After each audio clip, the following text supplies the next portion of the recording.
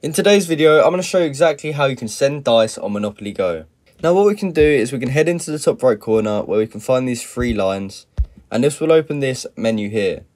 Now what we want to do from here is go over to the shop, which we can find at the top of this menu. Here we can see we can actually buy dice from this shop. Now unfortunately, being able to send dice to your friends isn't actually a feature yet.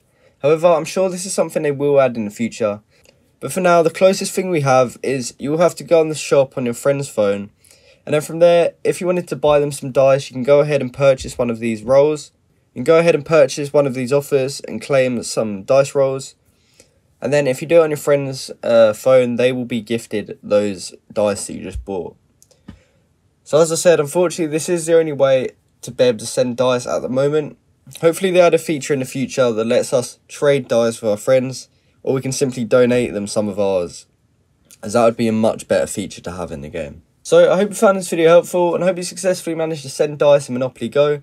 If you did, please comment down below to say that this video helped you out, and like and subscribe for more content like this. Thank you for watching.